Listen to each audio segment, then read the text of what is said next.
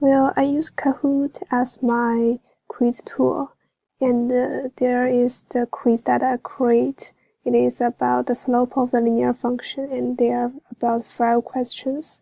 To do that, students need to download an application from the App Store. It's also named Kahoot, and by download and after download, they can do this quiz with their smartphones anytime, anywhere. And to do that, students need to choose Play That quiz.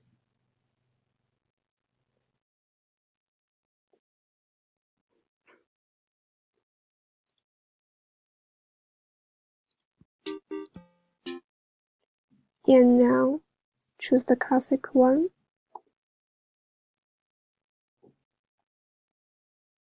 And they can enter their PIN number in their smartphones.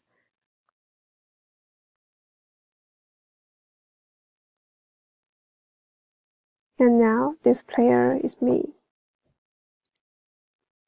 After choose the start, they can start their quiz. Like the first question is this, and the answer are shown there. They can choose which one in their smartphones. For example, I want to choose this one. Yeah, this is how to finish the quiz. Okay, the next part is about I want to introduce how to gather reports of this quiz. By clicking the reports, we can see many tries of this quiz, and we can download it. Now